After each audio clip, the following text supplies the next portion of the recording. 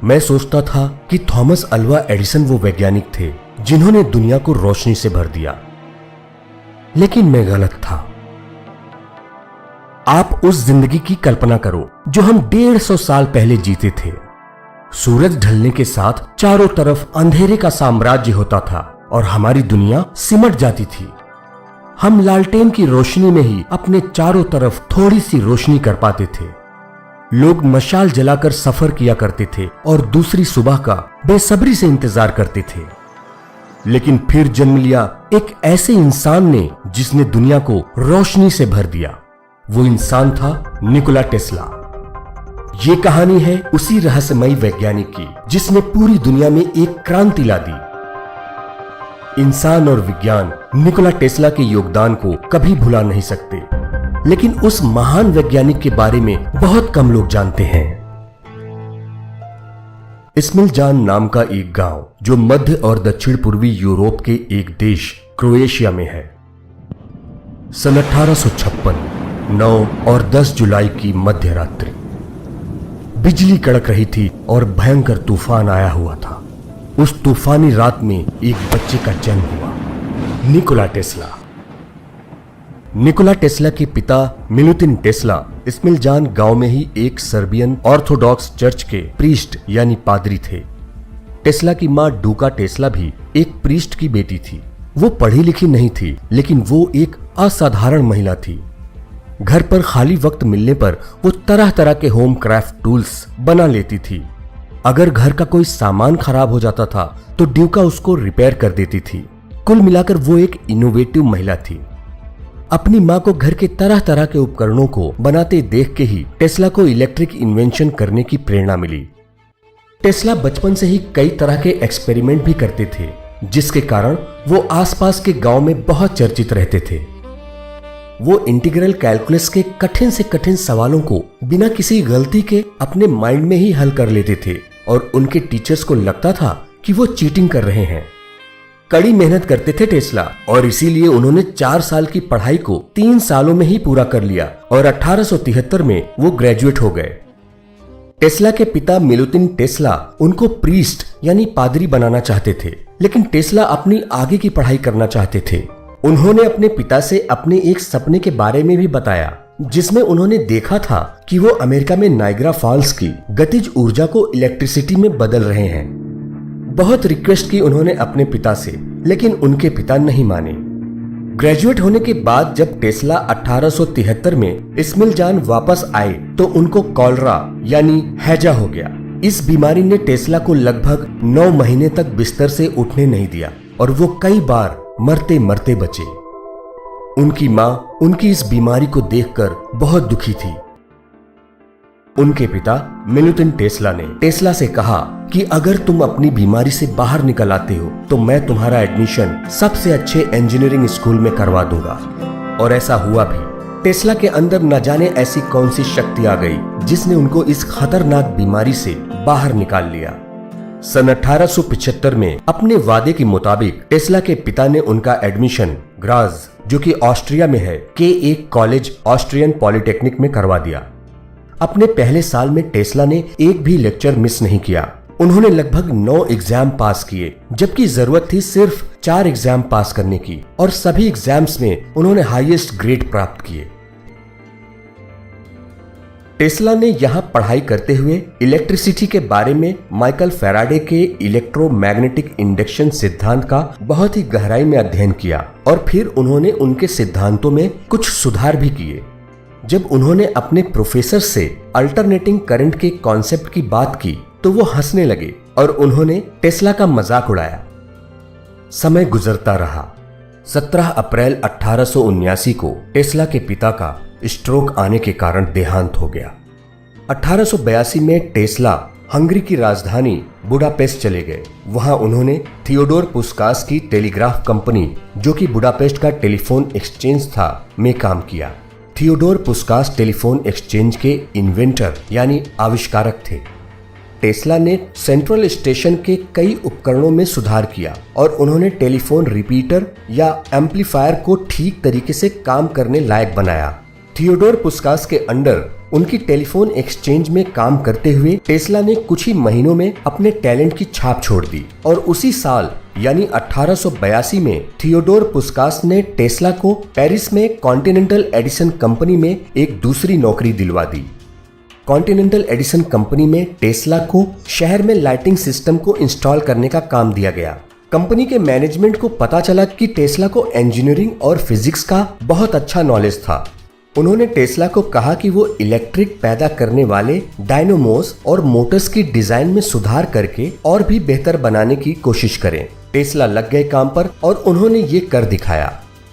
Thomas Alva Edison की company direct current यानी DC का इस्तेमाल करती थी और उसी डीसी करंट से वो दुनिया में एक क्रांति लाना चाहते थे। लेकिन डीसी करंट से जुड़ी हुई कुछ समस्याएं थीं, जैसे कि वो बल्ब जलाने के लिए तो ठीक था, लेकिन कमर्शियल यूज के लिए यानी मशीनों को चलाने के लिए पर्याप्त बिजली नहीं उत्पन्न कर पाता था।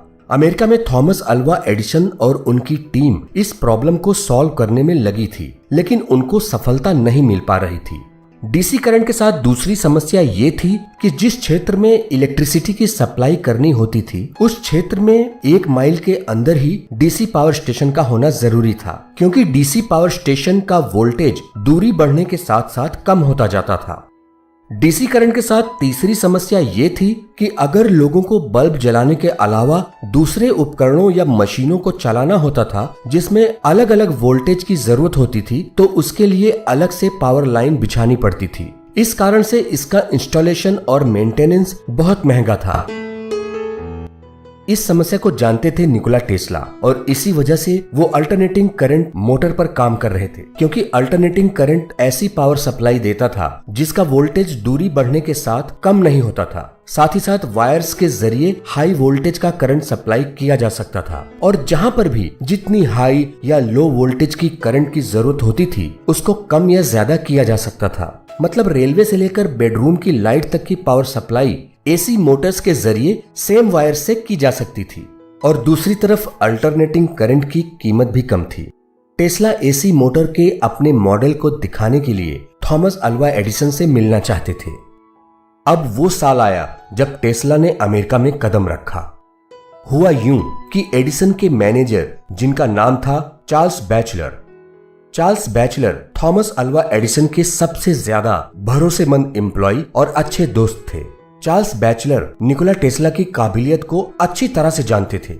उन्होंने थॉमस अल्वा एडिसन को टेस्ला के लिए एक रिकमेंडेशन लेटर भी दिया, जिसमें उन्होंने लिखा था, मेरे दोस्त एडिसन, दुनिया में मैं सिर्फ 2 महान लोगों को जानता हूँ, एक तो तुम हो और दूसरा है ये जेंटलमैन।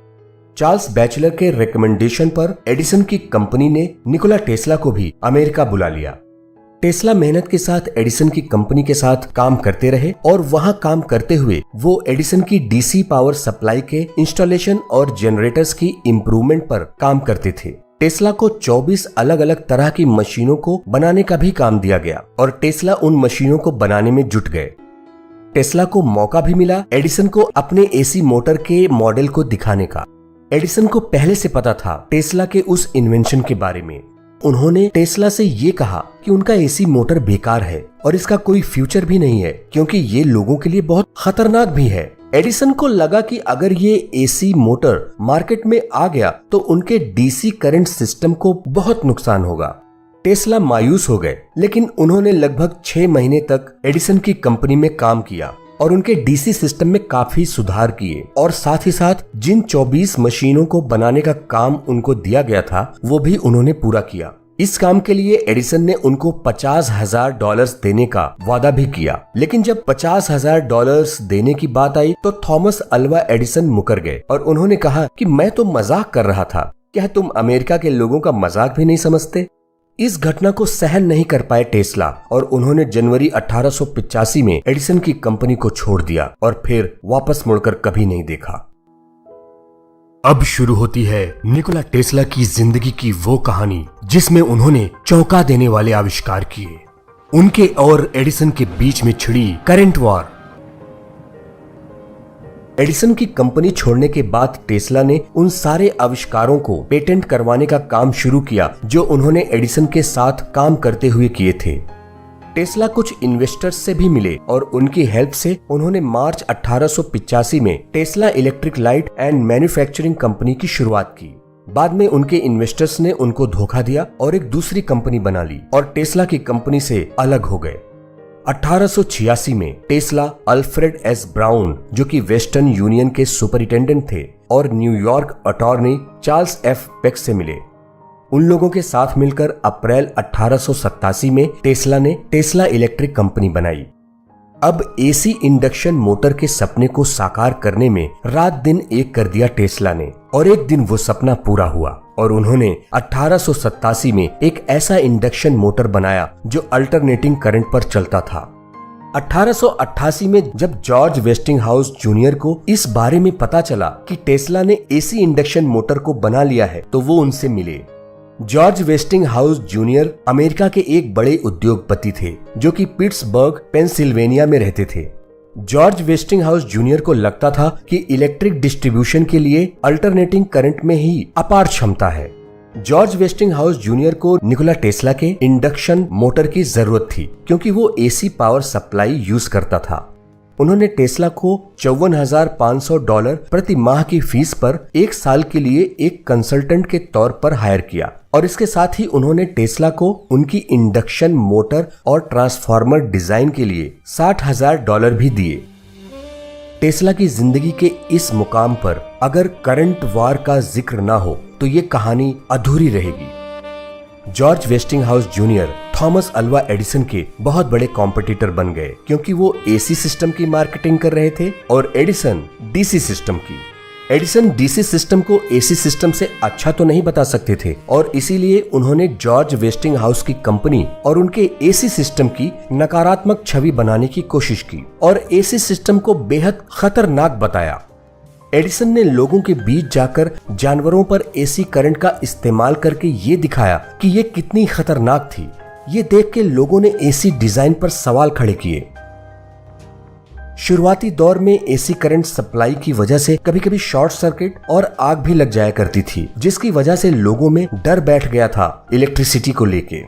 एडिसन कोशिश करते रहे और वेस्टिंगहाउस अपनी तरक्की के रास्ते पर चलते रहे क्योंकि एसी सिस्टम से होने वाले फायदे बहुत थे। उनका एसी करंट डीसी करंट से काफी सस्ता भी था। एडिसन घर में इस्तेमाल होने वाली बिजली को कम दामों पर और फैक्ट्रीज में इस्तेमाल होने वाली बिजली को ज्यादा दाम पर बेच रहे थे, जबकि जॉर्ज वेस्टिंगहाउस की कंपनी सबको समान दर पर बिजली दे रही थी। 1890 में न्यूयॉर्क स्टेट ने एडिसन से पूछा कि वो अपराधियों को सजा देने के लिए कोई नया तरीका बताएं।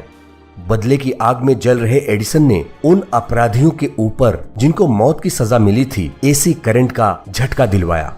एडिसन के इस कदम से भी जॉर्ज वेस्टिंगहाउस की कंपनी की बहुत बदनामी हुई। 1890 में टेस्ला ने टेस्ला कॉइल का इन्वेंशन किया। टेस्ला कॉइल एक इलेक्ट्रिकल रेजोनेंट ट्रांसफार्मर सर्किट है जिसका उपयोग high voltage, low current, high frequency alternating current electricity को उत्पन्न करने के लिए किया जाता है। आज भी टेस्ला कॉइल का यूज होता है। उस समय उनको लगता था कि वायरलेस कम्युनिकेशन भी संभव है, जिससे दुनिया के एक कोने से दूसरे कोने तक हम बिना किसी वायर की मदद के बात कर सकते हैं। उन्होंने अल्टरनेटिंग करंट को और भी अच्छे तरीके से उत्पन्न करने के लिए steam powered reciprocating electricity generator को भी डेवलप किया और इसको 1893 में पेटेंट करवाया। टेस्ला के बचपन का सपना था नायग्रा फॉल्स से बिजली बनाने का।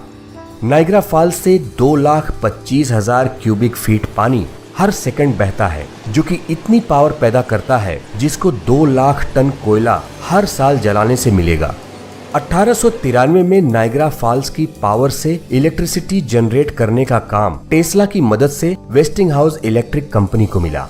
ये बहुत बड़ी उपलब्धि थी जिससे थॉमस अल्वा एडिसन को बहुत नुकसान हुआ और इसी कारण एडिसन को उनकी खुद की कंपनी ने एसी सिस्टम का विरोध करने के लिए उनको डायरेक्टर के पद से हटा दिया। सन 1896 में टेस्ला ने एक विशाल इलेक्ट्रिक मोटर और जनरेटर को नायग्रा फॉल्स में इंस्टॉल किया और फिर शुरुआत हुई इलेक्ट्रिकल युग की, जिसने अमेरिका के घर घर में रोशनी पहुंचा दी और इसके साथ ही साथ एक नई औद्योगिक क्रांति की भी शुरुआत हुई, क्योंकि अब बड़ी बड़ी मशीनें अल्टरनेटिंग करंट के इस्तेमाल से चलाई जा सकती थीं। टेस्ला ने 1890 के बाद वायरलेस इलेक्ट्रिसिटी पर एक्सपेरिमेंट करना शुरू किया, मतलब इलेक्ट्रिसिटी को बिना किसी वायर के एक जगह से दूसरी जगह पर भेजना। टेस्ला इस प्रोजेक्ट पर काम करना चाहते थे, लेकिन उनको इसके लिए लगभग $2 लाख की जरूरत थी। वो जॉर्ज वेस्टिंगहाउस जूनियर के पास भी गए, लेकिन जॉर्ज वेस्टिंगहाउस जूनियर सिर्फ $6000 ही लगा सकते थे। बहुत से इन्वेस्टर्स के पास गए टेस्ला, लेकिन सभी ने उस प्रोजेक्ट को समझा ही नहीं, क्योंकि उनको यकीन नहीं हुआ कि ऐसा पॉसिबल है, और इसलिए उन्होंने टेस्ला के प्रोजेक्ट में पैसे लगाने से इनकार कर दिया। लगभग 10 सालों तक टेस्ला लाइटिंग के ऊपर कई तरह के प्रयोग करते रहे और कोशिश करते रहे कि कैसे इलेक्ट्रिसिटी को बिना वायर के एक जगह से दूसरी जगह पर ट्रांसमिट किया जा सके। सन 1901 में टेस्ला जेपी मॉर्गन से मिले, जो उस समय अमेरिका के सबसे बड़े फाइनेंसर और बिजनेसमैन थे। उन्होंने टेस्ला के प्रोजेक्ट में इस शर्त के साथ पैसे लगाने को कहा कि वो उनको उस वायरलेस पेटेंट से होने वाले प्रॉफिट में 51% की पार्टनरशिप देंगे। टेस्ला ने शर्त मान ली और मार्च 1901 में जेपी मॉर्गन के साथ एक डील साइन की। जेपी मॉर्गन ने उनको $1.5 लाख दिए। वो $1.5 लाख आज के समय के हिसाब से करीब $44,12,400 होते हैं।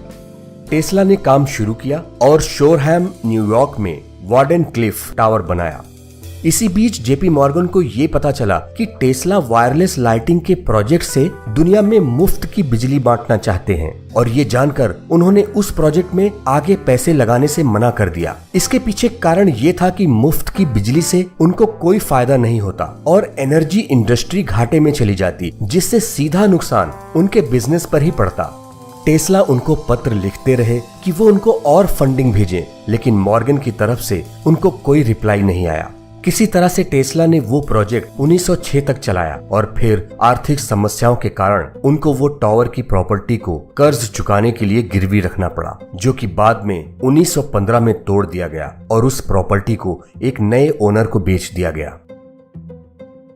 1926 में टेस्ला ने ये भविष्यवाणी की थी कि जब पूरी दुनिया में वायरलेस टेक्नोलॉजी पूरी तरह से डेवलप हो जाएगी, तब हम सभी एक दूसरे से बात कर पाएंगे, चाहे हम कितने भी दूर क्यों ना हो, और ऐसे उपकरण बन जाएंगे जिसको आप अपने पॉकेट में लेके घूम सकेंगे। टेलीविजन से हम एक दूसरे को बहुत पास से देख पाएंगे, जैसे कि हम एक दूसरे के सामने खड़े हों। टाइम मशीन पर भी काम कर रहे थे टेस्ला, और वो कहते थे कि अपनी टाइम मशीन में वो एक ही समय में भूतकाल, वर्तमान और भविष्य देख सकते हैं। X ray, death ray, MRI, radio waves, robotics, laser, radar और एयरशिप आदि के इन्वेंशन से निकोला टेस्ला का नाम जुड़ा। वो मानते थे कि जिंदगी में सबको फ्रीडम चाहिए, चाहे वो मर्द हो या औरत, इसीलिए उन्होंने कभी भी शादी नहीं की। उन्होंने जो भी कमाया था उसको अपनी कंपनी के एम्प्लॉइज में बांट दिया, जिससे वो बहुत गरीब हो गए और उन्होंने अपने आखिरी दिन गरीबी में गुजारे। जनवरी 7, 1943 को जब वो 86 साल के थे, तो न्यूयॉर्क होटल में हार्ट अटैक आने से उनकी मृत्यु हो गई। अगर आपको ये वीडियो पसंद आया हो तो प्लीज इसको अपने दोस्तों के साथ शेयर जरूर करें, और अगर आप इस चैनल पर नए आए हो तो प्लीज इसको सब्सक्राइब जरूर कर लें। Thank you so much.